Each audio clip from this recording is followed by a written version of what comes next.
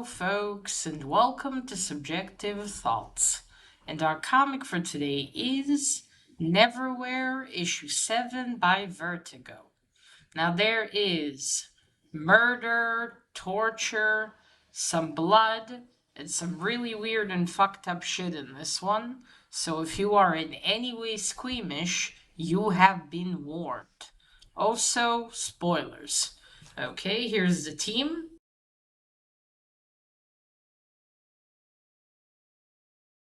So when we left off Dor, Hunter, and Richard in issue 6, they were about to go into the Abbey, so Richard can do the final part of the test, the third test, so they can get the key to bring him back to the Angel Ilsington. So he'll tell Dor who sent the killers after her family, and return Richard back to his normal life. And the Marquise de Carabas was captured by Mr. Krop and Mr. Vandermeer. Poor bastard. Okay, so we start this issue off with the monks of the Abbey praying. Some kind of prayer. The one with the bald head, some hair around that met them at the entry to the Abbey is there. They're all praying. Richard is led through. And he's telling us how he's never been brave. As a kid, he was afraid of needles, and he had to be dragged to the dentist kicking and screaming. But how this is much worse because, at least with the dentist, you know what to expect. So he's led through the door, and he thinks he's going to be tortured or something. But as they enter in, it's just Father Abbott is there. They're in his study. And he's asking Richard if he would like some sugar with his tea. And Richard's like, oh, thank God. And Father Abbott said, what did you think? We were going to torture you, skin you, burn you? This isn't the Dark Ages, he tells him. Unfortunately, poor old Richard doesn't know that what's waiting for him is far worse than that. And he probably would have taken the torture instead. But anyway, the Father Abbott... it tells him, there's this test, and Richard's like, oh, I knew this, could all be sorted. We could just talk about it. Maybe we just borrow the key, go to the angel, and the abbot tells him, but we can't give away the key. You have to take the key. We have to give it away. We can't just let you borrow it, basically. So, and he takes a photo of Richard with one of those instant cameras, and he takes it to a wall and hangs it. You can see a lot of photos there. It's like their thing to bear of those who all failed the test. And he pins this there, and he's like, "You have a choice, Mr. Mayhew." And Richard gets angry because he said, "No, I don't have a choice. If I want to go back to my normal life, I have to get the key. I have to do this so I can go back and Dor can find out the name of her enemy." So, the Father Abbot tells him, "You'll go through this door and we'll lock it for an hour." And, they pray for him, and the Father Abbot even hugs him. And then all the monks are like standing in 2 rows looking at him as he goes to the door, still holding his cup of tea. And his hand's about to reach for it. Then we move on to Lady Dor and Hunter. They are sitting somewhere in the Abbey to wait for Richard. And Dor blames herself. She should have never taken him with them. And, she should have just left him because she knew he would get in trouble. And Hunter tells her, respect Richard's decision. The only thing we can decide is how we die. That's the only choice we have. And Dor says the Marquise de Carabas should be doing the test instead of Richard. He's always been a survivor. Then we move on to the Marquise de Carabas, and he's, dead. After Mr. Krop and Mr. Vandermeer had tortured him for, oh, hell knows, maybe an hour or two. He's not looking good. Like one of his eyes is beaten, his lips are red and swollen, and yeah, he does appear to be dead. And that's it. Mr. Krop says, who thought this would be so silent? And Mr. Vandermeer says, oh, he made plenty of noise when I did the. And Mr. Krop says, I meant poetically, Mr. V, poetically. Wait, let me just check. Okay. Okay, then he says, I want a water burial for him. Okay, just see here.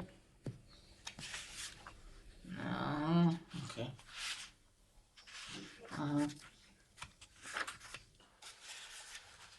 Alrighty then. Just a second, folks.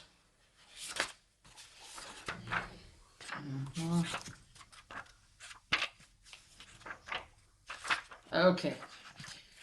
Then we move on back to Richard. He goes into the door, through the door, I mean, and he's at a train station named after the abbot. The abbot for the abbey, I mean. And he's standing there looking, like what's going on. And then someone says behind him, shit, what did he say to him?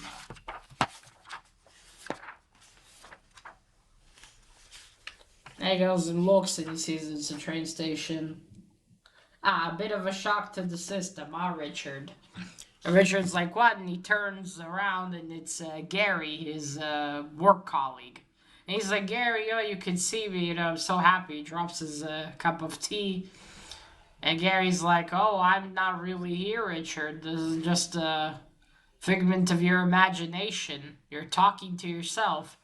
And then he's starting to melt. You can see like parts of his skin are off, his hair, like really fucked up shit there. And Richard's like, oh, what the fuck? You're there, mate. Like you're almost crazy. Just a second. Okay. All right. Then we move on to Mr. Krop and Mr. Vandermeer as they're dragging. Mr. Vandermeer is dragging the Marquise de Carabas's corpse. They're going to some kind of old river that was covered in London. Oh, here's the thing I keep forgetting to mention. Mr. Gray told me that all the characters' names they're after stations in England. So that's interesting. Anyway, yeah, I keep forgetting to mention that. So they drag him there. There's this place. It smells terrible. Mr. Vandermeer, of course, likes the smell because he's a weird bastard. And that's it. He throws the Marquise de Carabas's corpse down there. And he says, Mr. Krop says, ashes to ashes. And then he adds shit to shit. And that's it. We see how the Marquise de Carabas is floating down the river. And as he's floating, we see a rat looking down and seeing him there. Then we move back to Richard again, and Gary's insulting him. Well, it's not really Gary, but yeah. And then you got Jessica appearing there, and they're both telling him, "Yes, you're crazy. You're imagining all of this." And I forgot to mention this. So the test is they're locking Richard in this place for an hour, and in order for him to pass it, he has to come out body, mind, and soul intact. That's how he. I don't want to know what they've done with the poor bastards who didn't. I guess they never came out of the room, perhaps. But that's what he needs to do. And the Gary tells him, "Oh, okay, you're just an old man," and Richard becomes old. Smelling of an old jockstrap. And then Richard begins to yell, and I'm not. And then you see suddenly people appear on the station, and the mother is leading her little girl away, telling her, "Oh, don't look at the man, sweetie." And Richard gets all angry, and then we go back to the Marquise de Carabas, I think. Sorry, it's just so much happens in between here. Sorry. Before that, it's oh no, wait, yeah, okay. Right. While the Marquise is floating, I forgot to mention he falls down, and you got these scavengers that find him. They scavenge things from the river, and because it's a day with slim pickings, they take his corpse, and the rat witnesses it. Okay, and Richard's like screaming, "Oh God, God help me!" And then wait. Okay. And then Dora appears, like, "Dora, you were real," and she said, "No, I'm just also a figment of your imagination, just a horny dream." And she said, "I'm an opener. I mean, come on." And then Richard just sitting there, an old man, like, screaming. And Gary tells him, "Come on, Richard, it's time to end this." And you got like 3 posters on the wall of the station, all essentially telling him to commit suicide. And he's just, and then he gets up and he's, "Come on, Richard, just get this over with." So Richard gets up and he goes to, throw himself on the tracks. And he goes there and he feels serene, but then something is bothering him. There's one thing that doesn't fit, and he takes a bead, and he takes the bead from Anastasia's necklace from his coat pocket, and he's looking at it, and he's thinking of Anastasia and how the rat speakers just so easily threw her life away. He remembers how she prayed that the necklace, would help her cross, and how scared she was, and how she was trying to, get this silly hope. And Richard gets angry at this.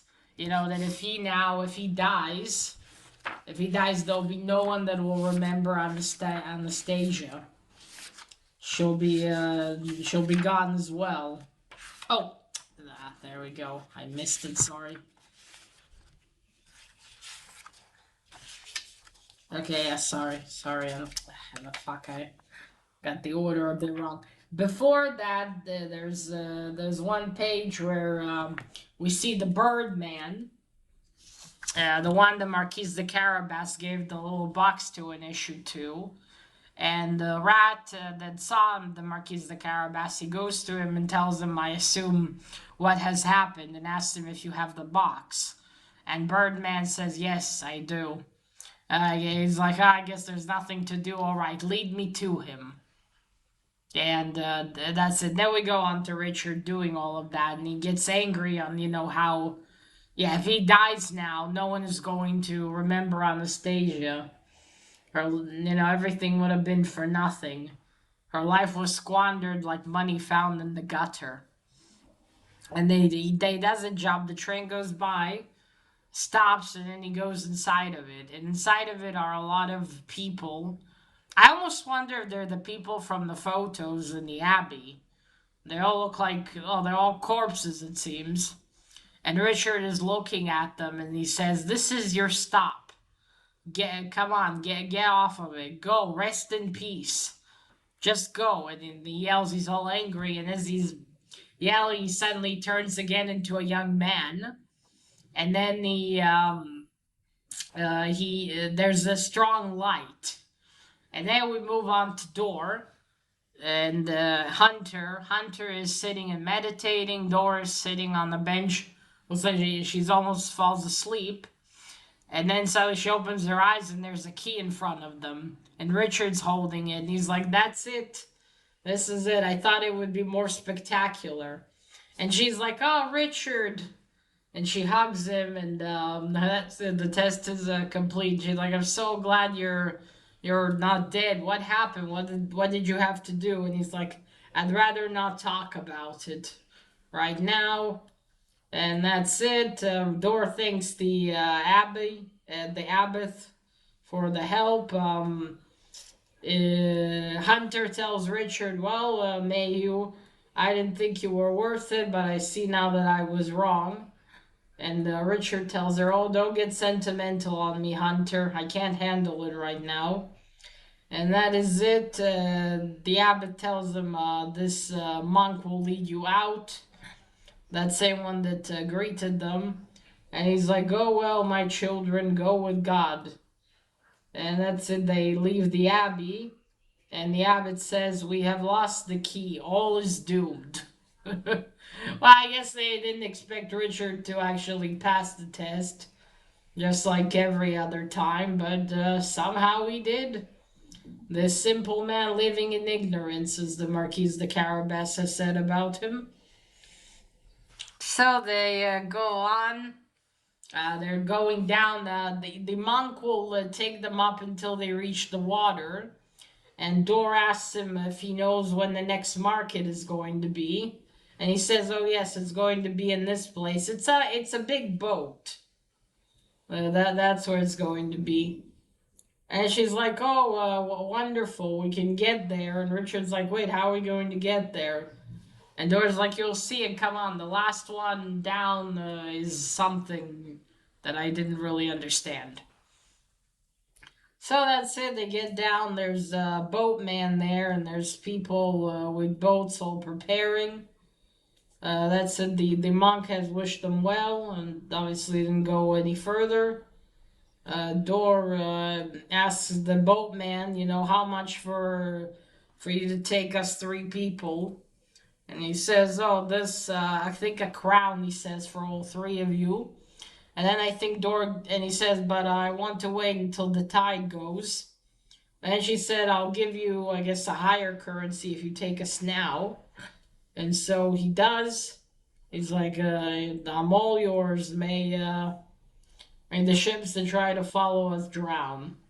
And so they get in, and Dor tells Richard, "Oh, this is my favorite market. It's so beautiful. When all the boats go, it looks almost looks like daylight with the lamps." And so they're going, and Richard says, "I still don't understand how we're going to reach the market there." And she says, "You'll see." And then, oh, suddenly they're out in London above, and there's this big boat where the market's going to be. But they're not approaching any closer. Dor asks the boatman what's wrong, and he says, "Oh, there are scavengers there, and they're not. It's bad luck to float. Like float next to them. I suppose, like go by them." So yeah, they scavenge everything from the rivers, and they sell people back the bodies of their relatives, basically. So not debunk. They get off the boat there. The lady, not the lady. Hunter tells the lady Dora, "Lady Dora, I don't know how well I can protect you in a crowd."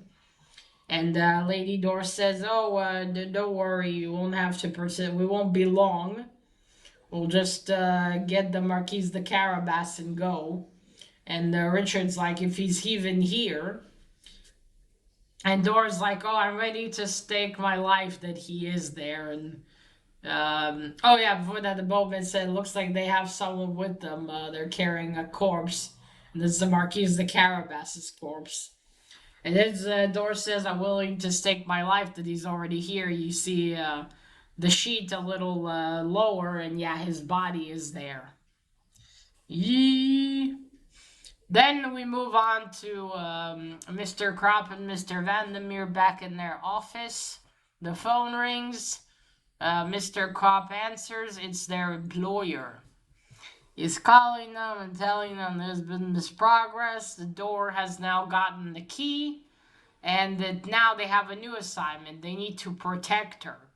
She needs escorting to bring him the key that she has gotten.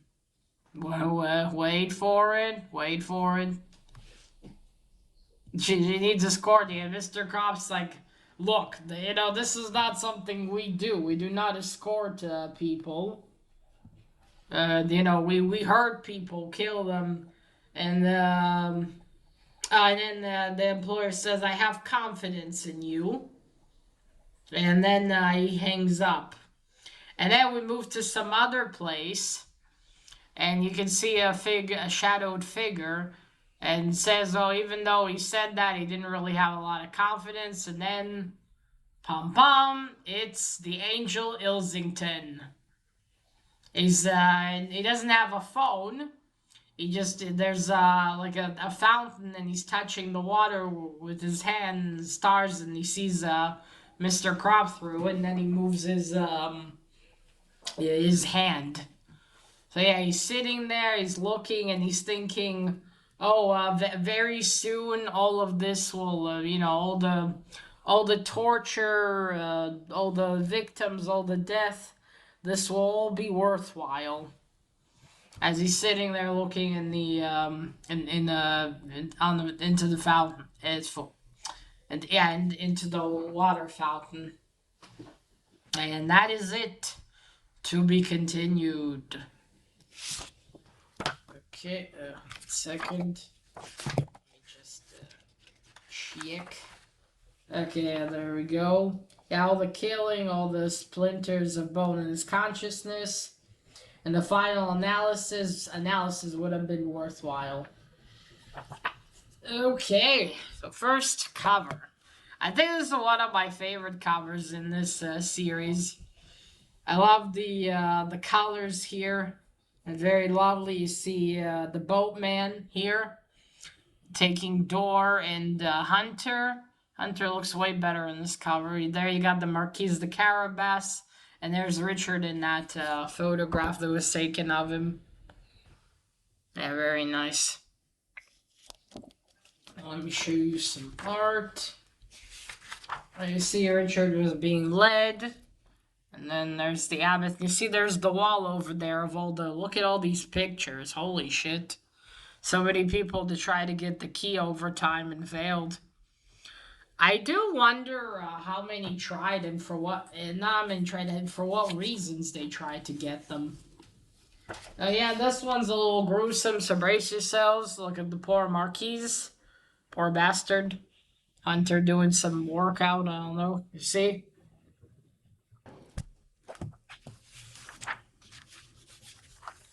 There we got Richard entering the station here with a cup of tea. Black Fairies, there we go. That's the.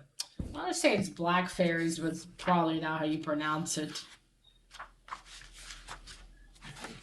So you see there's the poor Marquise de Carabas's body. And there's poor Richard.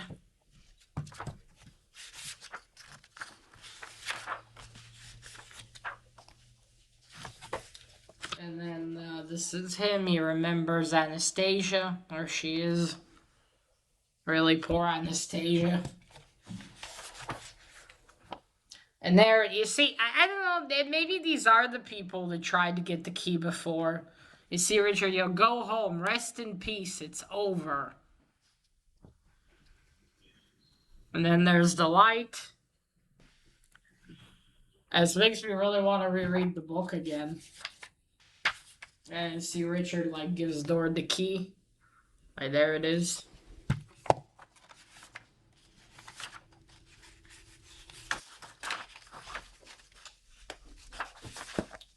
There's the ferryman who has jaundice. I don't know, it's just, he's fully yellow. I wonder what the colors are related to. Anastasia was blue, as you saw. Okay, and there's the Angel in Ilsington.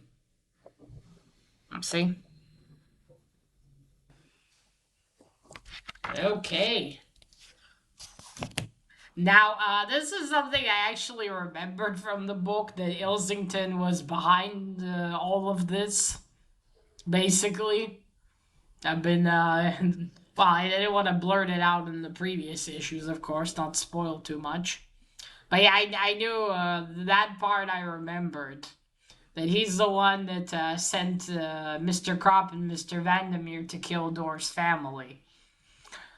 I think it's related to what her Door's father was talking about, and he wants to be free. I think he's maybe I don't exactly remember. He's either locked up for some reason. He wants this key to open something, and he couldn't get it himself. He needed Door to do it. Which I don't know if he was trying to capture her to do it, or if he only later realized that he needs her alive to do it. That I don't remember already. But yeah, that's it. And yeah, this is how it goes. Hunter fought, Door solved the riddle, and Richard did this test, this final test. And now they are going to need to go to. I don't remember. Now, the Marquis de Carabas lives. I can tell you that. He survives. I think it's related to that little box that he asked to be saved. I don't know, remember exactly how, but I think maybe it restores him, it brings him back to life. I don't remember, I don't remember if he goes with them to the Angel Ilsington. I just remember that it's Door and Richard that are there, but maybe the Marquise is there too. I can't remember anymore. But yeah, Ilsington's behind the whole thing. And I'm dying to, find out again what exactly he wanted. Because that part I don't remember. I only remember that he was behind it and that he needed Door to get the key for him. To open, I don't know what exactly. Or what will it do, but I guess we'll find out. There's only 2 more issues till the end. Oh, I can't wait to get to the final issue. I really want to see if the ending like it is in the book, because that's funny, I remember. Like, the ending, I mean, like, the last few pages of the book, I remember what goes on with Richard, and I really want to see that again. But yeah, this has been issue 7. Now it's just time to find out what it is the Angel Islington wants. And, what will happen. What will the Marquise de Carabas be restored by that little box? What's actually in it? Who are they going to have to fight next? Because there's still the Beast of London, and I think Richard still has to fight. I believe, because yeah, he'll still have to fight it. But I don't remember when that happens. If they go to this place and they come across it. That's left to be seen. Alright, folks, so that is it. Let me know if you read issue 7 and what did you think about it.